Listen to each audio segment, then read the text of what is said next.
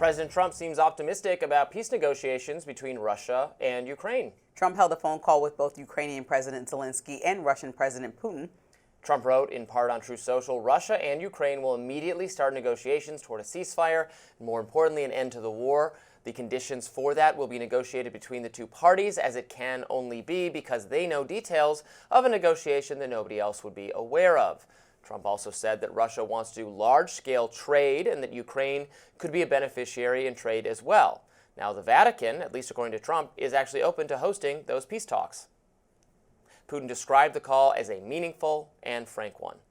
On Sunday, however, Russia launched its largest drone attack in Ukraine since the start of the war, per Reuters, and some weren't happy about Trump's latest announcement. Veteran and author Alexander Vindman wrote on X, "This is today's version of, quote, ill end of the war, day one. This statement is meaningless as Putin has zero interest in negotiating. It's way past embarrassing watching Trump get played by Putin." Meanwhile, Republican Congresswoman Marjorie Taylor Greene wrote, "I have adamantly been opposed to the Ukraine-Russia war from the start and never voted to fund this war.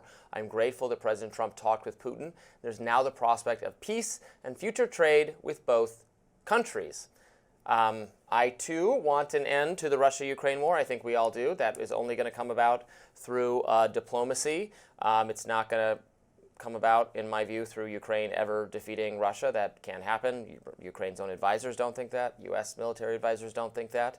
The sanctions we've placed or that Europe placed on Russia have done very little. I was reading, this is a report from the New York Times, not some crazy contrarian, conspiratorial right-wing source, that the Russian military recruitment is up.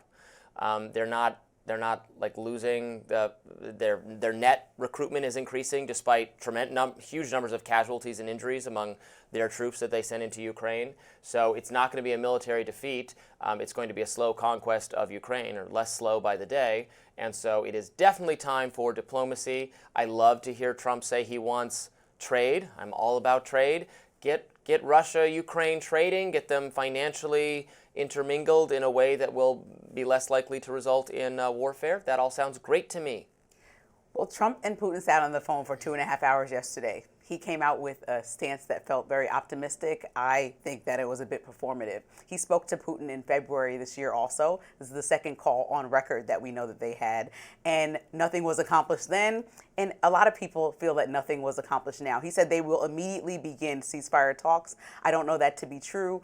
It feels like Vladimir Putin in many ways is mocking us at this point. He didn't show up to the Istanbul talks when Zelensky pleaded with him to please show up so that they can have a conversation when Trump was on that side of the world. So I don't think that he's taking these talks very seriously. Just so because Trump says it, if we're going based on history from this year alone, it doesn't mean that it's going to happen. And so I think at this point, we have to figure out what the way forward is. And it's certainly, to me, not making Ukraine out to be the aggressor and Russia to be the victim. Because the way that Trump even positions his stances and the way that he's communicating this is on the side of a dictator. And I think by cowering and even making those concessions and leaving $3 billion that Congress has already approved for Ukraine in limbo so they can't use it to defend themselves while Russia is beefing up its troops, we are kind of just leaving them out to dry. Okay, tell me then, what's your plan? What are we supposed to do? I think that he needs to first just start with the conversation of treating Ukraine like the victim. He needs to understand. How does treating Ukraine like a victim get us one iota closer to peace? Because he's berating this man so he's having private calls with Putin, but berating Zelensky publicly. That's totally inappropriate for understanding our diplomatic relationships. I mean, like I said about, which I don't know was the right thing to do, we dangled NATO over Ukraine. And so in part, we are involved in this. It was, and we're in this situation. But now that you're still the United States trying to protect Ukraine from an obvious aggressor, the way forward is not constantly trying to embarrass the smaller country and say, yes, Russia, keep illegally annexed Crimea, keep doing what you want. We didn't tell them to keep doing it. We're telling Zelensky to accept whatever Putin is putting on the table. And so that means the U.S. is cowering to a dictator. So it's like dictators, come on, do whatever you want. The U.S. is not going to do anything about it. And I think that is a ridiculous stance. I think it's ridiculous to say we didn't do anything about it. We gave Ukraine $100 billion, and the country is still losing this fight because they can't possibly win it. We need to be realistic. The reality is Ukraine will be conquered by Russia. And with everyone dead in the country, the longer this goes on. So we need an immediate end to the conflict that will be not under favorable terms to Ukraine. This is not ideal. It shouldn't be just favorable to Russia, though. A deal. But they're the winning country of the conflict. But in a deal, if Trump is bartering the agreement and putting himself in the middle of it, like he did all over the campaign trail, and I know now he wants to step back and let them handle it. But he said in 24 hours of him, it's been 5 months and 24 hours, by the way. But in 24 hours of him taking office, he would get this resolved. Obviously not the case. I think he's trying to get the most favorable deal possible for Ukraine, but that it's difficult because they don't have a good bargaining position. Because Russia is willing to lose a lot of human life, unfortunately, in their pursuit of the conquest of the country. And if they're willing to do that, what do we have to bargain against?